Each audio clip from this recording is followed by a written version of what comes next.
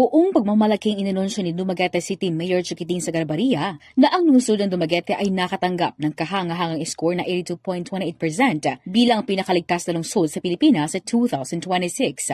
Ayon sa Mayor, ang pagmamalaking ito ay bunga ng pinagsamang pagsisikap ng lokal na pulisya, mga opisyal ng gobyerno at mga disiplinadong Dumagueteño. Base rin sa pinakahuling ulat mula sa World Travel Index o WTI ngayong buwan na Abril 2026, ang Dumaguete City ang nanalo at nakakuha ng unang pwesto bilang pinakamadalas puntahan na lugar sa buong Pilipinas. Dahil sa ranggong ito, lalong pinalakas ng Dumaguete City ang imahe nito sa panaidigang turismo. Hindi lamang dahil sa magagandang tanawin nito, kundi pati na rin sa seguridad at kapayapaan na maaaring matamasa ng mga turista at residente.